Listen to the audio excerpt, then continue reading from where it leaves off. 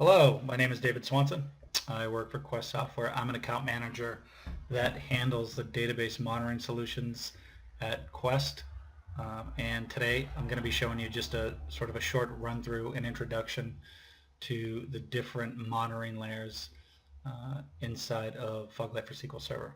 Basically, this is just going to be a run through of how you get into the tool and how you sort of dive down into the specifics once you decide you need to investigate something. So the first thing I'm going to do is connect to Foglight. Connecting to Foglight is real easy.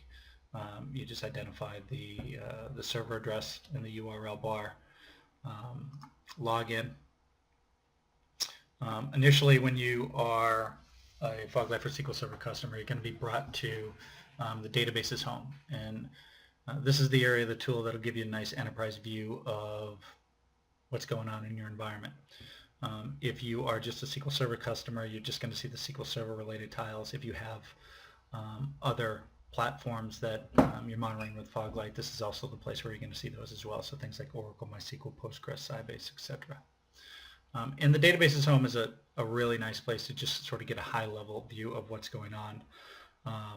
Whether you're just trying to identify what resource utilization looks like on the system itself, whether you want to identify what alarms are firing off against those particular systems, in other words, what areas of interest you might want to look at in terms of starting an investigation, and even some information about recent workloads. So you'll be able to look at what is Foglight's baseline versus actual activity, and kind of get an idea of whether or not any system is having any issues. And of course, you can get a magnified view just by clicking on the eyeball in the dashboard, and it will bring up some more visible metrics for that particular instance.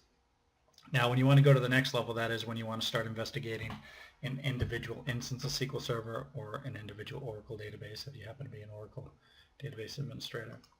You just click on the name of the instance, and it's going to take you down to the primary dashboard just for that instance. And Foglight focuses primarily on what's going on right now and what's going on in the recent past. So in this case, you can see what uptime looks like.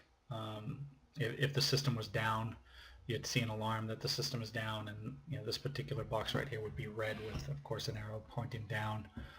We have some information about where you are in terms of stability, both in terms of high availability and how you're doing with your database backups, storage, infrastructure, and of course a little bit of information on what the workload on the system looks like now and within the last hour. We'll also give you a rundown of the alarms that have occurred, and we'll give you a rundown of just a high-level top SQLs that are the most active currently. Or have been the most active within the last hour. So this is kind of a stethoscope view of what the system looks like now, and of course over the course of the last hour. Now, anytime you want to get down into the weeds and look at a little bit more information, you'll see these links at the top of the page. These are our drill downs. So we have drill downs that focus on session activity, blocking, deadlocks. We have drill downs that focus on capacity. We have drill downs that focus on any type of high availability that you have going on, whether it happens to be log shipping, always on, clustering, etc. And then we also have a drill down that focuses primarily on workload analysis. I'm going to go ahead and get into each one of these drill downs in different videos, but just as a high level sort of overview of how you get there. Again, Foglight works on a pretty basic enterprise level view that allows you to focus on a single area, or excuse me, a single instance of SQL Server. And then by extension, it gives you the capability to drill down, to get down into the weeds.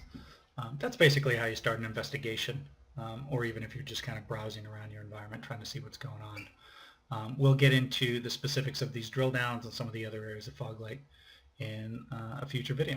So thanks for joining. I hope you got something useful out of this, and I hope you'll join us on another video.